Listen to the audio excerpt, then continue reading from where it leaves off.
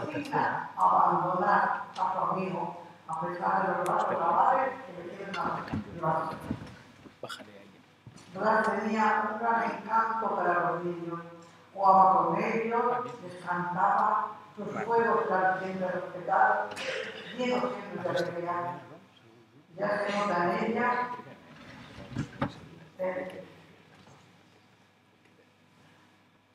cómo el poeta poco a poco va perdiendo la voz, enfermo de sus pulmones, y su suficiencia pulmonar que terminará con la vida de Blas, pero todavía después. Y a pesar de los tubos del oxígeno que invadieron la casa de todos los vecinos de Majadahonda. El niño siempre es la sociedad. Niña, zapato de Blas, van partiéndola.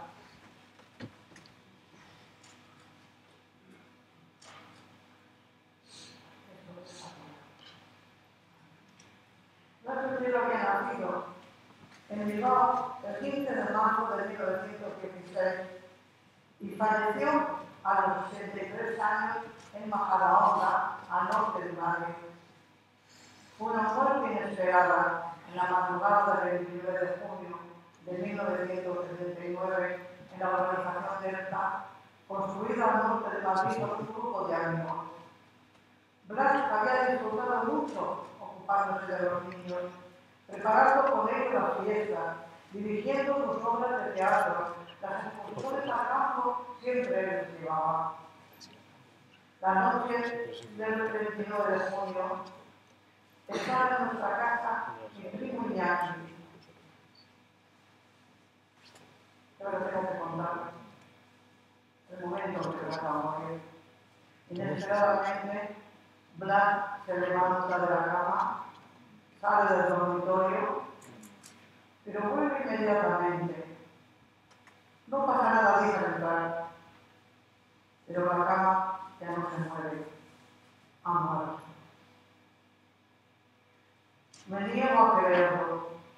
Iñaki, mi primo, horrorizado, deja su cuarto y escapa hacia el campo corriendo.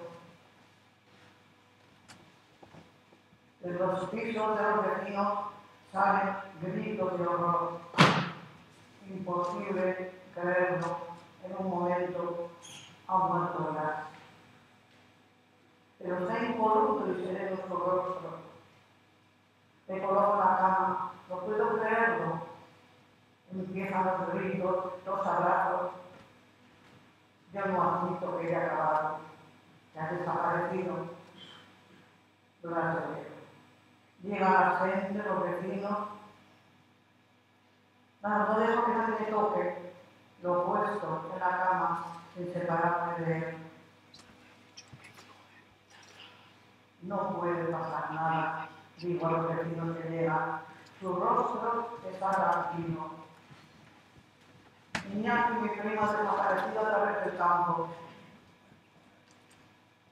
Es posible esta muerte. Pronto llega la doctora, que reconoce que todo ha terminado. Silencio terrible en la gente que espera, desesperación. Se llena la gente con todos los vecinos. Yo ya no puedo separarme de él ni del lecho. Me ayudan a levantar el rostro de Blas, cuyo cuello es sujetado con un pañuelo para la familia. Sí, todo ha acabado. Hay que llamar a Bilbao. Ella no me separa de él. Mañana llega de Bilbao su hermana. Ella siguió junto a la cama, mirando lo que parece imposible, el ser más querido, ya sin vida. Gente y gente llega. Mi primo ha desaparecido en medio del campo. Ha caído junto a la pared y no se encuentra. El piso que está encima de nuestro es la casa de Marta y su marido, dos jóvenes ingenios de la televisión. Se llevan al niño, al chiquito que hemos visto ahora mismo. Se llevan al niño.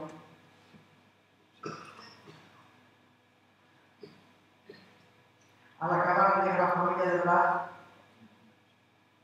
vestimos hablar, sereno y hermoso, pero el mundo se ha derrumbado. La casa se llena de gente, amigos y prensa. Parece imposible esta muerte a los 63 años. No puedo aceptarlo. Su silencio para siempre en estos labios queridos para siempre. Ya no enseñará a cantar a su canario y príncipe, ni paseará por las calles con Vladi, su perro, a quien bautizó con su propio nombre, Blas, en euskera. Nos queda solo su palabra vivificadora, sus poemas bellísimos sobre las páginas del libro. El resto es ya silencio, ausencia, muerte.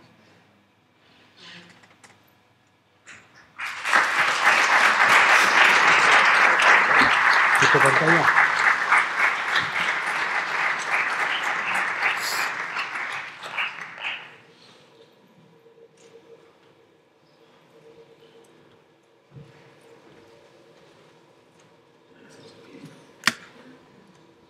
Namonik, eta ondiek herriak, Blas Betearen omenez egogun eta diotara, Blas Betearen eguna, ikusiko zuenez oso era ondiek herriak hasi dugu egitalia, eta zaiatuko gara gure Margarren Marten, Jon Margaretek eta biok. Buenas noches, bienvenidos a este homenaje a Blas Betero. Como puede apreciar, el acto ha empezado con la presentación de la cruz tan emocionante que, bueno, no creo que digamos que yo podamos estar, aunque vamos a intentar hacer. Vamos a comenzar con una brevísima lectura de los poemas, de 3 poemas de euskera de Blas y de 4 en castellano.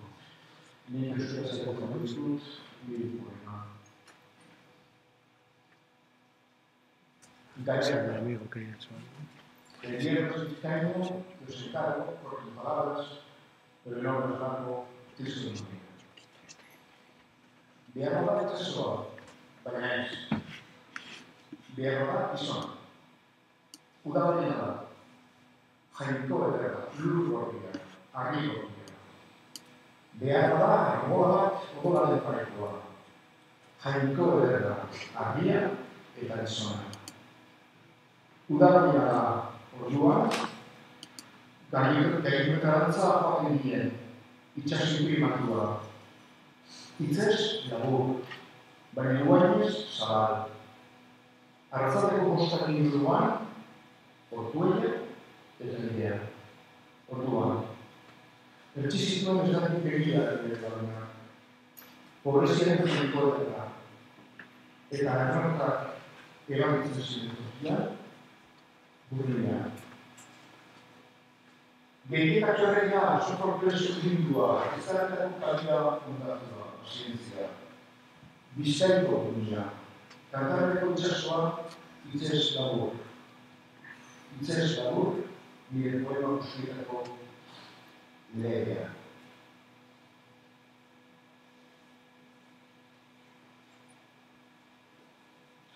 Bihotz egietan.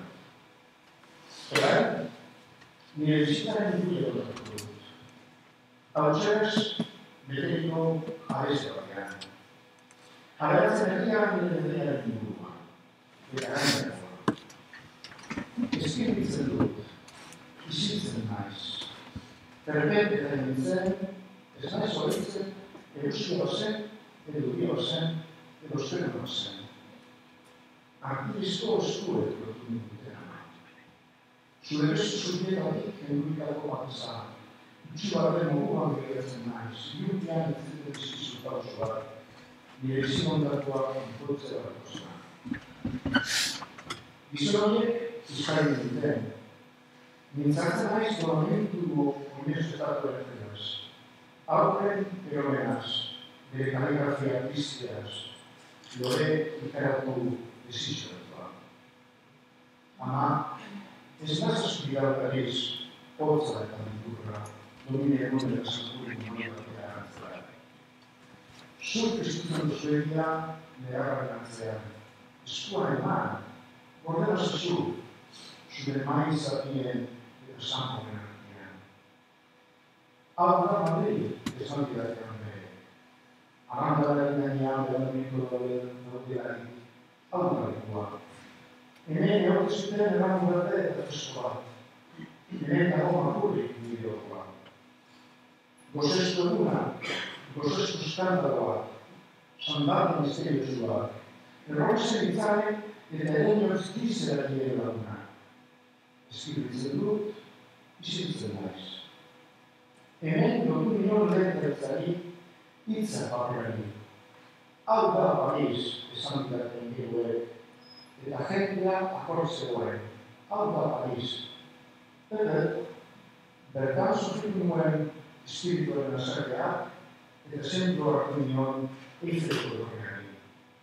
Alba deve essere di guida di Samuele, vale essere il spirito del brut, il spirito del nice.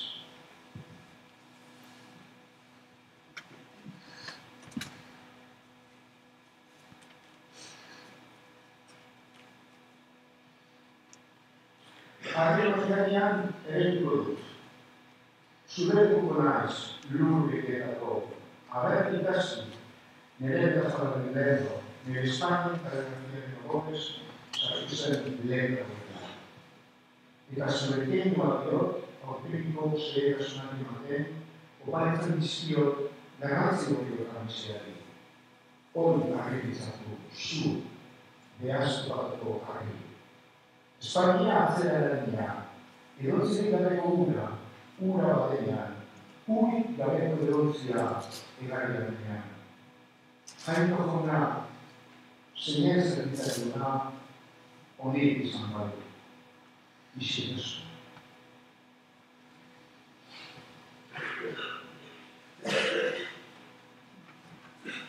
Continuo in castellano y leer unos poemas que sin Sabina no podríamos leer.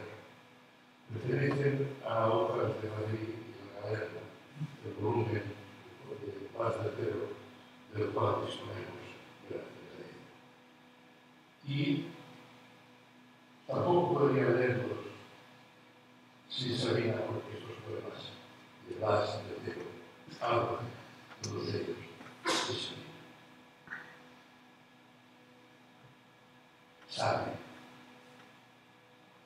Sabe. Un apartamento en mi vida. Un apartamento frailuisiano. El ventanal como un alma esparcida. El guadarrama al alcance de la mano. Y Sabina laboriosa. Y Sabina estudiosa y cariñosa. La cocina de azulejo y penal. El estudio de madera, cobre y paredes enjabegadas. Las sábanas. La redonda mesa de paja, el martillo, cuidado con el martillo. Bueno. Vivir entre vientos y lluvias transversales y laberintos ríos del espíritu, entre tormentas y cuando grandes. Entre luchas sociales interesantes, encendiendo la pluma por testigo, entre guerrillas y panfletos y entre papeles que patinan, suben al techo, entre cuadernos y entre libros, entre palabras y poemas. Siempre. Entre ferrocarriles y entre aviones, entre bosques, montañas y caminos. Y entre el invierno hasta la primavera vivir contigo. Entre catástrofes y serenidades. Entre nieves y balas y palomas. Bajo la luz azul sobre la sombra.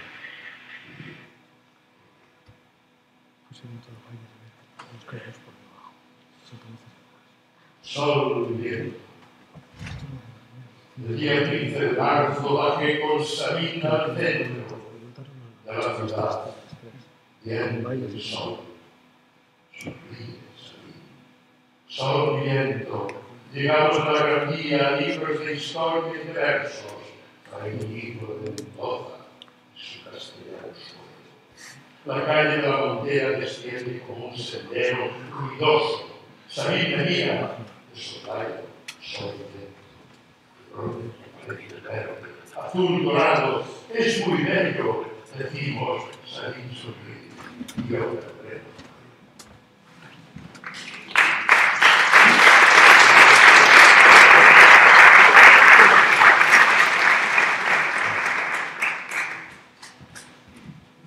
Para finalizar, en voz baja. A la noche se enciende la lámpara y se apaga el tocadiscos y se recoge el canal. A la noche caen copos de sueño por dentro de la frente y se enturbian las paredes y se escucha el rodar del coche. A la noche estudia su biología y yo leo a Rimbaud y desciende un círculo desde la lámpara pronunciando en voz baja.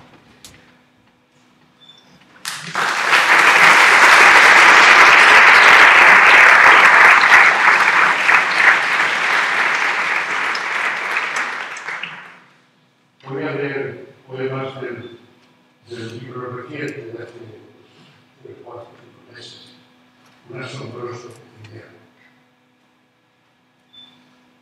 Empiezo con el primero que da el título. Pronto las amazonas, eliminadas como malas guerras, van desapareciendo de los campos. Ya no se extenderán las rojas pinceladas del viento en los trigales. ¿Quién entenderá entonces los cuadros de Van Gogh? Todavía es un mundo familiar, aunque cambios sutiles ya me alertan. No volverá jamás a ser el mismo. No es ningún infierno. Permite comprender. Llega al olvido tranquilizador. Y bueno, siempre bueno.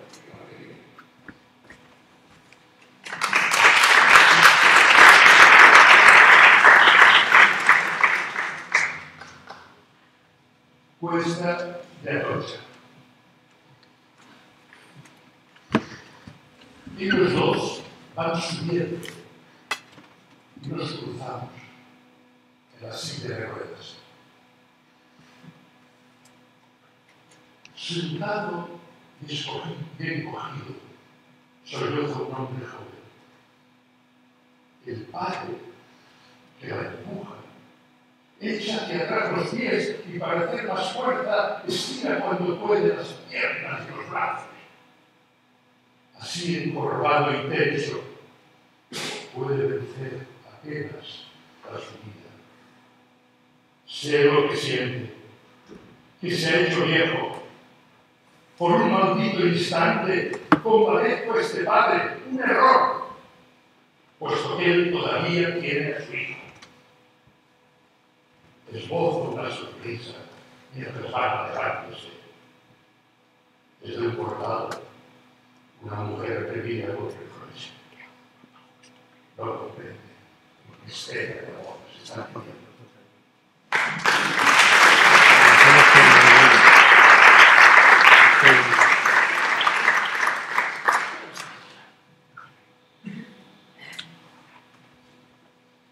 Trabajos de amor. El motivo no nos importa. Hay que buscar entre los restos lo que ha sobrevivido. Nunca estamos seguros. Podríamos sentirnos de otro modo si nuestros sentimientos son como territorios de frontera, tantas veces perdidos, recuperados, vueltos a perder. Porque el amor no es enamorarse. Es una y otra vez construir el mismo patio donde escuchar el canto de los mirlos cuando aún es de noche. Entre todos los pájaros, es el único canto que podría ser Schubert. Solo en la cocina, como a los 20 años, a ti y a mí nos hace fuertes esta melodía. Más claridad, no la tuvimos nunca.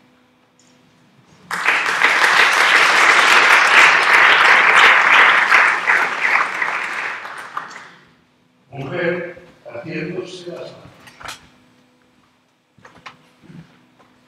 Mete los dedos en el agua. Recuerda las caricias que han hecho. Pero el agua se enfría poco a poco. Igual que las palabras que un día la regaron te la han dejado sola. El apego a la vida se acaba mucho antes de lo que suelen suponer los hombres. Todo se enfría y se necesita el cansancio que deja haber amado para así desear lo que ya está acercándose.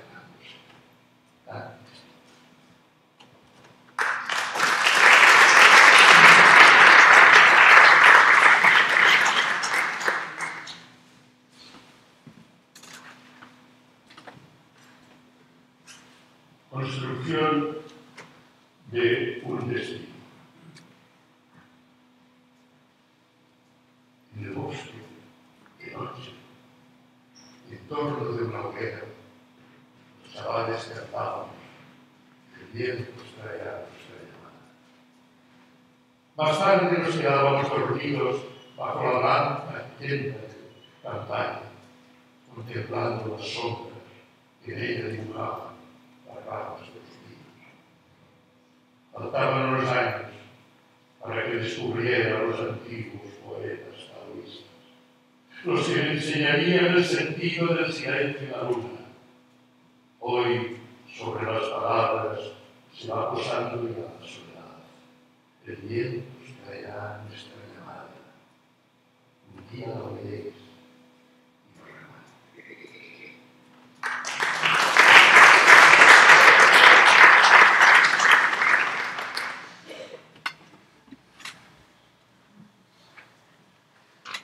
De injurias. Unos jóvenes pasan con los tejanos rotos, mostrando las rodillas. También los llevan hombres y mujeres que dejaron atrás su juventud. Es la moda y se exponen los escaparates.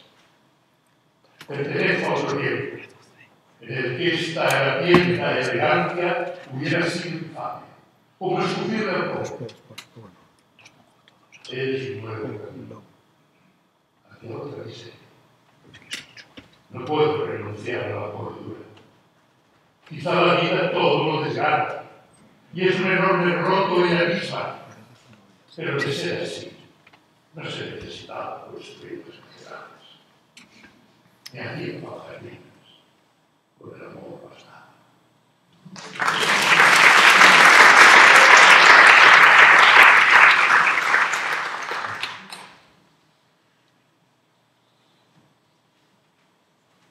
Nuestro tiempo. Cuando nos dimos cuenta, ya estaban representados como para quedarse. Pero ahora, nada nos ilumina sino esa vaga niebla. A veces una luz desgarradora. El nuestro fue otro tiempo, mucho más inocente. Todavía las obras celebramos cuando, sin accidentes, la estructura llegaba a lo más alto y se cubrían aguas. Vivíamos en calles a las que se sentaba bien un nombre como el de las Canelias. Entre las azoteas, cada noche se encendían las luces del arco de nuestra juventud. Entre las voces suaves y lejanas, alguna vez se oye un grito de pánico. Pero una herida es también un lugar donde vivir.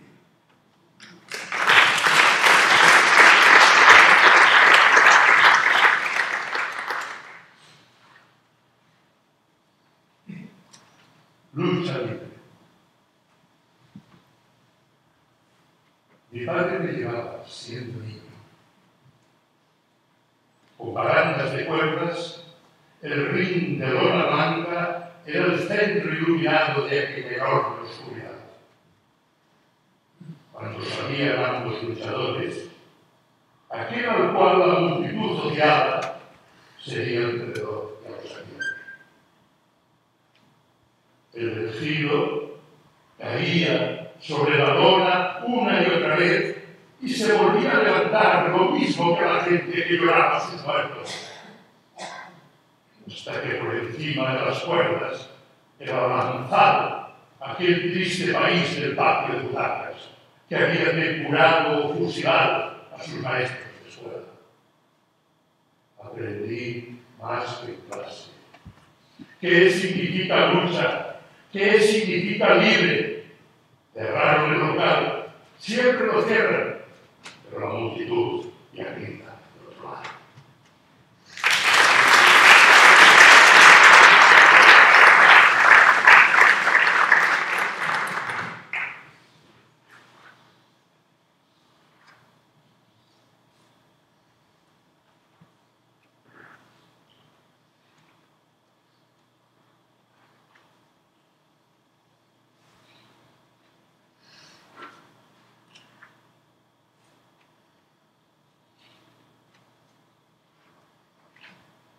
Lo que me ilumina. Tenía 20 años cuando entré en Altamira. Y entré solo. La luz rojiza de casa era como el reflejo de una hoguera, la roca del techo, bajo y alrededor. Aquella soledad de los raros Picassos la tuve que guardar dentro de mí, porque yo era demasiado joven. De cada edad se guarda una cosa que no se ha comprendido. Por eso del muro de una iglesia románica, el orden que Kant, Hegel y Nietzsche establecieron, no me quedan edades. Además, ¿para cuándo guardar este presente?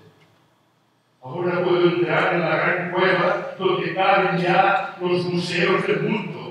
En sus profundidades escucho la voz ronca del entrañable animal remoto del cual con tanta lentitud venimos. Filosofía y crímenes ya están en los ojos de este Gauguin prehistórico cuando voluntad pintaba iluminado por la hoguera.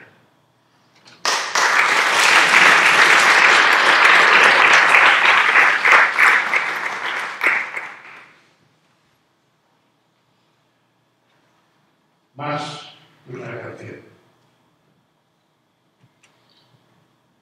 Era como un conjuro.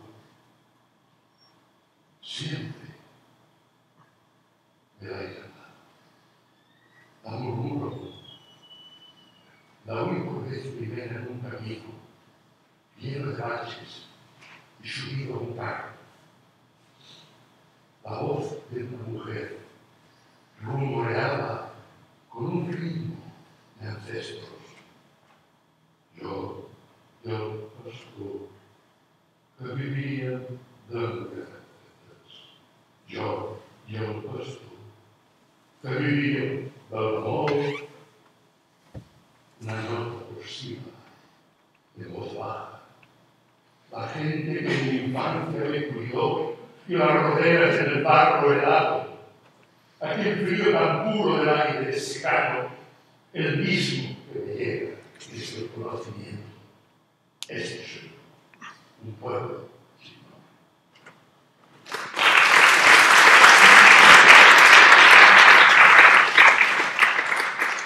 nombre. Termópilas. Hace 2500 años, defendiendo un desfiladero, murieron por la libertad. No hay otro mito más conmovedor. Nos consoló en nuestra juventud. Buscas un sitio donde hacerte fuerte olvidando que tú eres el traidor. Tú y yo somos el triunfo de este mito. El joven y la joven que murieron para que los dos viejos pudiéramos ser libres.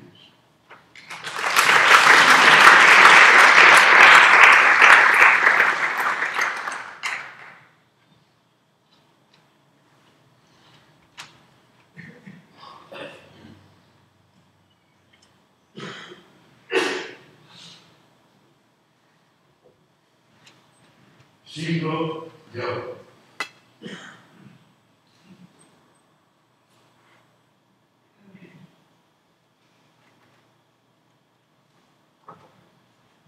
Siglo de oro. Una literatura que me lleva de nuevo al franquismo. Aquellos aburridos poemas pastoriles. La vanidad, la ira, al valor de un sarcasmo. Una ferocidad con frecuencia eclesiástica.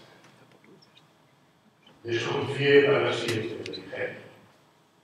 Hasta el Quijote formó parte de ser los perdedores de la guerra. Y fue la maldición de una literatura utilizada para robarme a golpes de desprecio a la infancia. Los clásicos, de pronto, el odio y el amor han dependido siempre de quien lo fue. Lo que a mí me hablaba era solo la máscara de aquel imperio absurdo. El silencioso cálculo de estructuras salvó mi esfuerzo para hacer que coincidieran alegría y razón. No hablo de esperanza. Hoy lo único que importa es que el vino, a las siniestras caras de aquellos dos poetas pintados por Velázquez, no les ha de pedir ya nunca más perdón.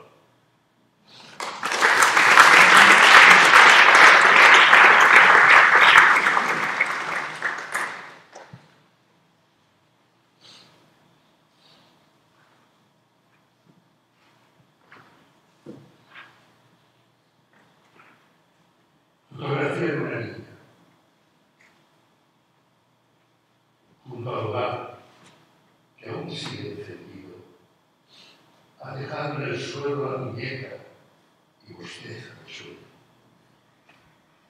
Está tan lejos. Lejos, hoy, quiere decir que no me quedan fuerzas.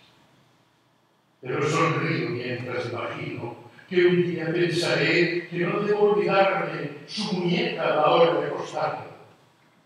Que después cerraré una a una las luces porque la casa ya estará tranquila y que entonces por fin seré feliz.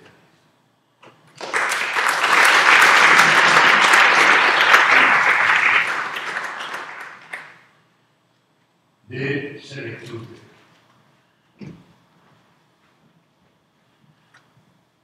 El amor de los jóvenes no piensa en el olvido. Manda al futuro, aunque solo brille al fondo del cerebro con mucha agua. El dolor pone orden, suena como un aviso, es la bocina del remolcador que nos arrastra hasta salir del puerto. Se pagan caros los intentos de destruir el dolor. Porque también está la muerte, la inteligencia es salvarlo todo. Que nuestros ojos vigilantes luzcan con esa espléndida inutilidad. Nunca, sin el dolor, podríamos haber amado así.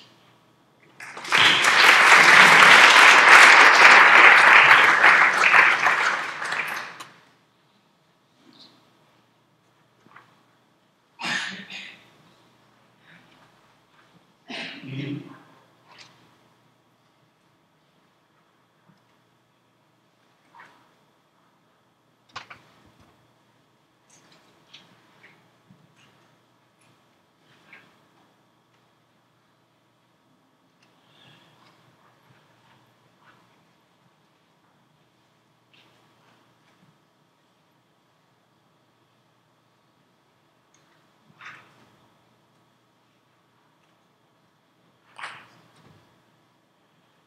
En este poema, escrito con motivo de un homenaje a Juan Ramón Jiménez,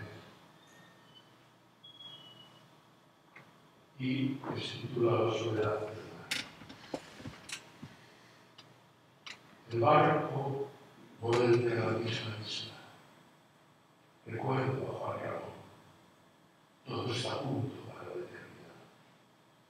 Me adentro un paso más en esa edad a la que no podré nunca más ni juzgar ni recordar. No leo de hace tiempo, ni volveré a leer a los poetas cansados que dejaron de escribir, Gil de Viedma o Rimbaud o Boccaccio. Ahora para mí tan solo cuenta eso que se ha buscado hasta la muerte, el asombroso invierno del animal de fondo.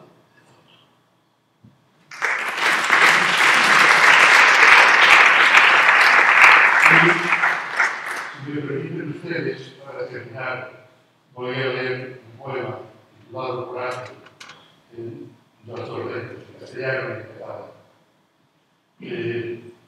Lo leo primero en castellano.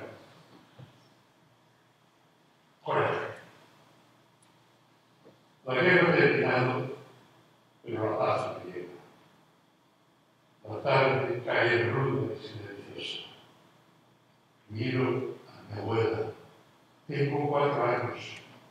Mientras mea de pie junto al camino, con las piernas abiertas debajo de la falda, siempre que lo recuerdo, vuelve, chorro, poderoso a caer contra la tierra. Fue ella que me enseñó que el amor es claridad y dureza al mismo tiempo, que sin coraje nadie puede amar. No era literatura, no sabía leer.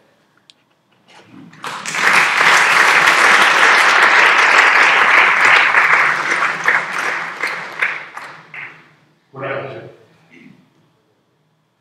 La guerra se acaba, la pausa del río. Ruda y silenciosa cau tarda.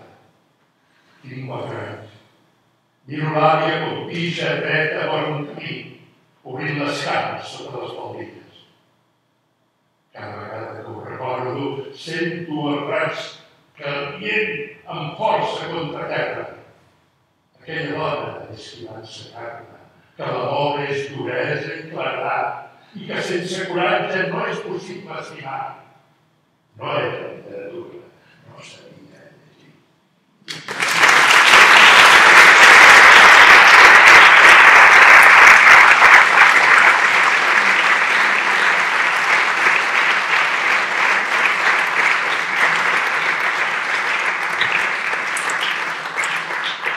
Han podido comprobar que Roma es un clásico contemporáneo. A mí no me gusta que digan que es un clásico contemporáneo. He pasado 3 días con Joan Margarita de la Vega. Un día, otro día en el avión, Joan Margarita, ahora presentación y ya no quiero presente. Un clásico contemporáneo. Pero sí, hay un amigo despistado que me dijo, ¿vas a presentar a Margarita? No, a Margarita. Pero que aquí que ahora en un libro y el poema se titula Chamarra. Los viejos constructores dejaban en el muro de fachada unos sillares que sobresalían hacia el solar vecino, para que cuando edificasen nuevas casas quedaran bien ordenadas. Entonces la pregunta es, por empezar, que esto tiene conversaciones, cuando Blas de Otero construye su casa, deja esos pilares para que Joan Margarita pueda volver a construir una casa a la hora. Seguro que los poetas han dejado sillares para hojas. No nos vamos a tener que no dejar nada. No les puedas escribir, aunque pesados a eso. De hecho, vas de uno al otro. La imagen es de la... Esto pasa si os fijáis, al menos antes. Pero las casas que, por ejemplo, no tienen nada en los solares de vino, pequeñas casas normalmente, veréis que salen unas piedras de vez en cuando, de haciendo ser el terreno de lo suyo. Y dice, ¿por qué saca esas piedras? Y se las dejó, ¿no? Son las piedras que se dejan para que cuando se haga la casa vecina, el vecino ponga otras clavadas con esta y los dos casas trabajan juntas. Los poetas, los grandes poetas lo han hecho siempre.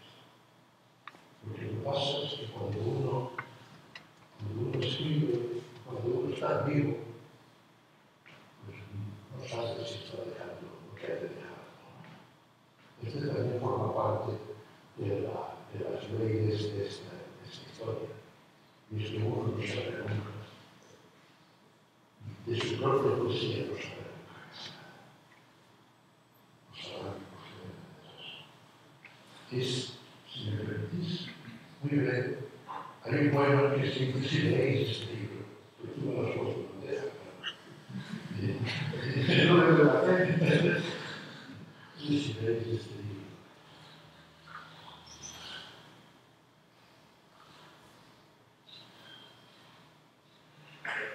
Si leéis este libro, estos versos un día os sonarán antiguos. Es la fugacidad. Una palabra que implica, junto a la delicadeza, la indiferencia y la desolación. Pero no es más que un punto del universo que ahora se dispone a salir silencioso a la velocidad de la luz. Ser fugaz es justo eso. Llamarlo esperanza perdida.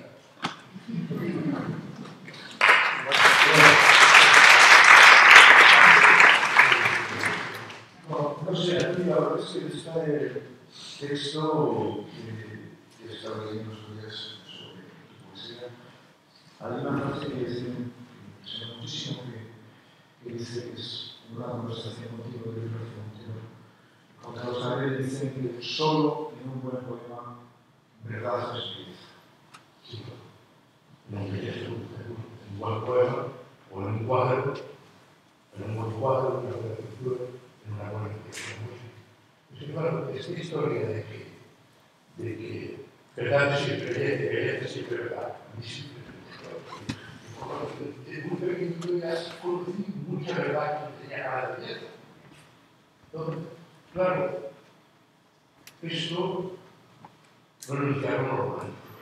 Cuidado con los románticos, si no se pide la entonces, y dentro de los románticos, es un enunciado bellísimo.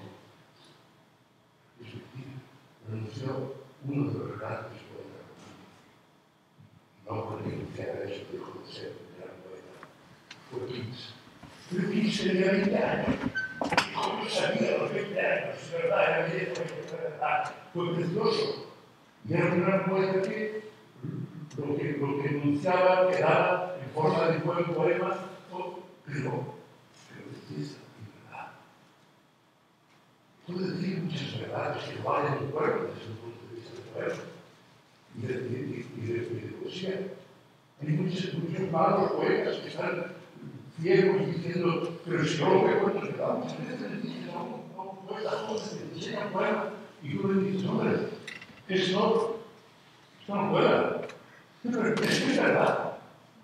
Es que, si me cuentas que es verdad, no pueda poéticamente, no es un poema, es la verdad, pero no es un poema. Un poema, una pieza de música, necesita no solo la verdad, sino la belleza. Y eso es lo que cuesta mucho. Decir cosas que son verdad. Podemos hacer muchas cada día, y todo el mundo. Podemos decir cosas que sean verdad y belleza. Y a nadie puede decir una cosa de la gana. Quiere buscar mucho y se tiene que tener una predisposición, eso que hay una inspiración. Lo siento, la vida no es democrática. No lo es. Serán nuestras instituciones y nuestros esfuerzos, pero la vida no es democrática. Bueno, en fin.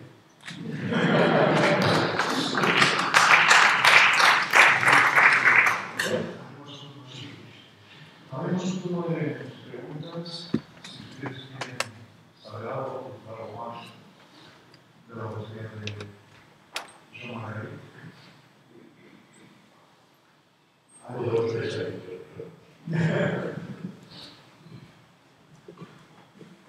Bueno, pues, pasa a comunicar una sugerencia seria. Pero está.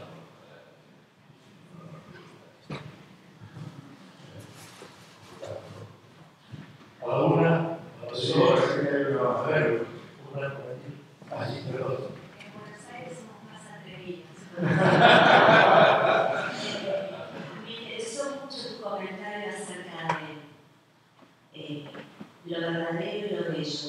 Y hay un escritor japonés que ha escrito una novela justamente llamada Lo bello y lo triste. Me gustaría saber, respecto del Bagliotero y de las grandes plumas españolas, y de la tuya particularmente, si alguna vez ante el espanto, ante el horror, incluso hasta la bizarría de encontrar algo repugnante, has sentido inspiración. Sí, sí soy capaz.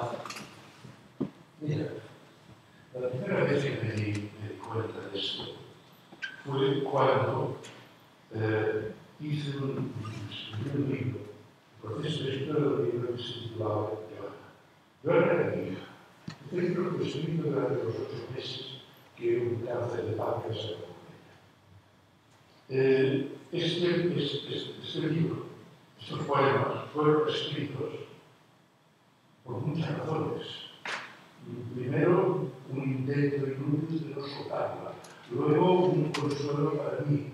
Un recurso para que no irme a la oscuridad pura, sin tener algo. Por muchas razones. Ahora, yo tuve claro enseguida. Y si aquello podía funcionar y ayudarme, tenía que ser no solo verdad, sino verdad y autoridad. Pero tenía que ser un poema. No basta que fuera una crónica. La crónica no sirve para nada. Es decir, no me gustaba. Un poema en teoría de la información, perdón, que no sé decir. En teoría de la información hay un concepto muy hermoso, muy útil, que es el de la caja negra. No es la caja negra de los navegadores. La caja negra es algo que no sabemos, y sabemos que no lo sabemos nunca, no sabemos qué pasa dentro. Pero sabemos algo que entra en la caja negra, con qué grado de lo que sea, con qué grado de orden, con qué grado de felicidad, con qué grado de tristeza está entrando a la caja negra. Y sabemos también con qué grado de ese mismo orden, de esa misma felicidad o tristeza va a salir. Perdón, sale. Pero no sabemos qué pasa dentro. Dentro solo simulan saberlo ciertos profesores. Todavía lo saben. Entonces, eso es un poema. Es un lugar al cual accedo y sé cómo accedo. Estoy triste, estoy hundido, estoy tristísimo. Entro en ese poema y salgo menos triste. Es así. ¿Qué ha pasado dentro? Ni idea. Porque entro en otro sitio y salgo igual de triste o peor. Si entro en una película de tiros que no tiene ningún sentido, durante el tiempo de esa caja negra, que es una película de tiros, pues me distraeré y tal, pero cuando salgo es mucho peor. ¿Quién no ha sentido en un momento dado, sobre todo los jóvenes, meterse en un cine para olvidarse de un problema que no sabe qué hacer con él, de una tristeza que no sabe cómo comprender, y meterse y decir, bueno, ¿qué pasa en la película? Y entra uno a las 6 de la tarde allí, pero luego cuando sale, vuelve a hacerse la luz con los mismos problemas. Son mucho peores entonces. Es decir, al revés del poema.